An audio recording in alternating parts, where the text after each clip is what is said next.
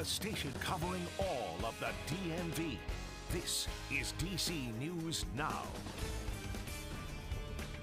We continue to follow breaking news this afternoon. 12 people are recovering after an apartment explosion in Gaithersburg, Maryland. It happened this morning just before 9 o'clock. People living in the area are still rattled from what happened. My heart's still beating. Could have been anybody. It doesn't matter. Thank you so much for joining us today. I'm Mark Hall. We want to get right on to the ground where our teams have been following this story since it began. First, let's send it back out to Daniel Hamburg, who's really here to explain what we know so far about the situation. Daniel. Well, Mark, what we know so far is that there was an explosion in the apartments right behind me around 8:41 this morning. I'll step out of the way so you can see that smoke still billowing out of that building. There are 2 units that completely collapsed and 2 units next to those that were evacuated. There are 24 units between the 4 buildings. 10 people were taken to the hospital, and 2 of them are in critical condition. The rest of them are in moderate condition. There were 2 children who were taken to the hospital. Out of those 10 people, those 2 children are not in critical condition. So other than those 2, the rest of the 10, they are expected to be okay. Right after the explosion, there was a gas-fed fire in the basement. Why you still see smoke billowing out of these buildings. The gas company is on here trying to figure out exactly the root of that and trying to shut off gas to the area because we don't know exactly how this explosion started right now. Many neighbors are concerned in the surrounding buildings about just what happened. The fire chief told us this morning that there were no calls to 911 of a gas explosion or a gas smell this morning, but there had been reports when crews arrived on scene. We want to listen into what the fire chief had to say this morning. Early indications identify that maintenance staff on site used a painter's ladder or a maintenance ladder here locally and rescued a resident from a rear balcony, as well as assisting a resident who was on the rear of the building after the explosion.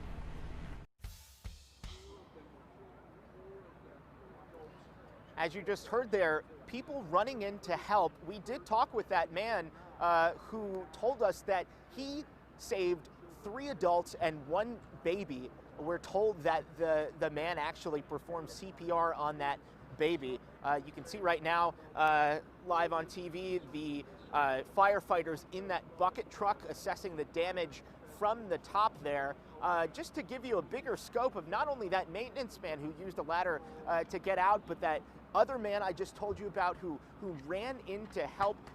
Just the humanity here of people not trained, but coming to rescue people in need. It is just a remarkable scene.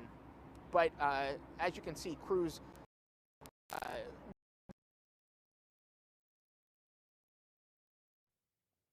All right, sorry for that technical difficulty.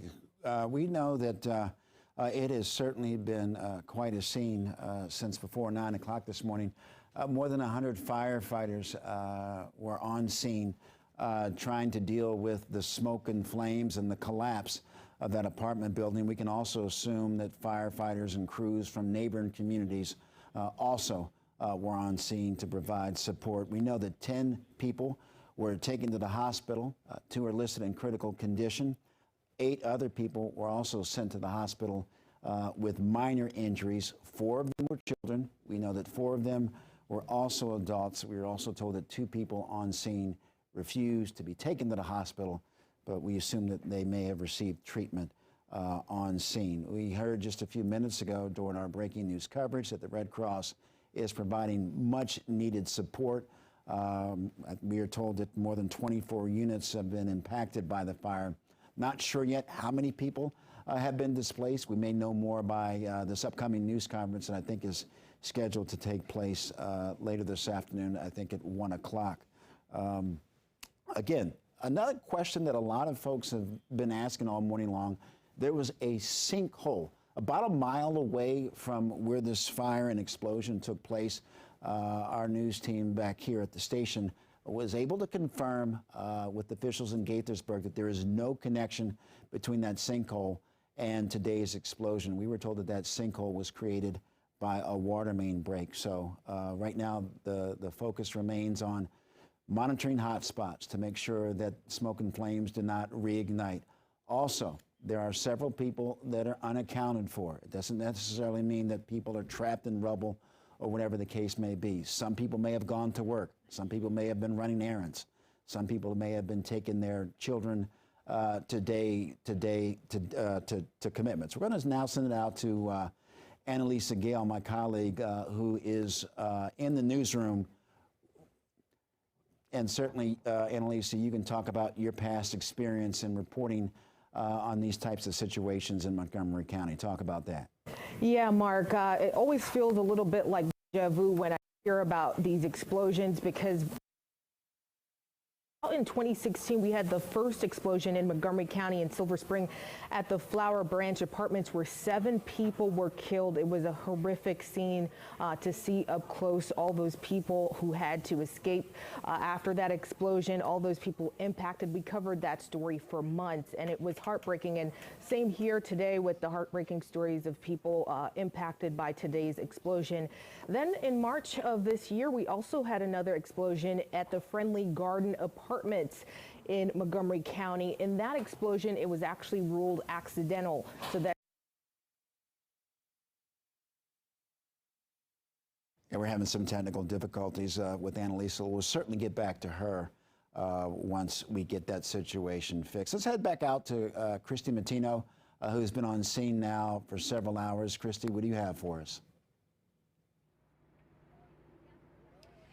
Yeah, Mark, just to recap my experience when I first arrived here, when this call first came out at 9 o'clock in the morning, I was telling you a bit earlier, it was just a horrific scene. We had people lining the block right in front of the Potomac Oaks condominiums here, and you could see that fire from down the street, and that smoke was just rising, and the looks on people's faces were just heartbreaking. There were people who were just standing there watching their home, as we were saying, 24 people displaced, and they were just watching their homes burn. But one thing that I have said all morning is that the community here has been great. There were people helping each other out, as you just heard from the fire chief. Someone took a ladder and went up there and helped someone. So the sentiment is that these people just want their neighbors to be okay. And I want to toss to Tyrell. I spoke to this man named Tyrell. He lives just a little bit further down, and he said that he was talking to his family, and he heard that explosion go off. And here's what he had to say when he heard it.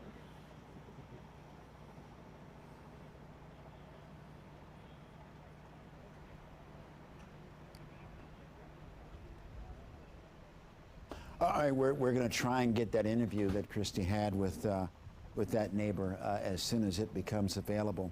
Again, Red Cross, we wanted to talk about earlier.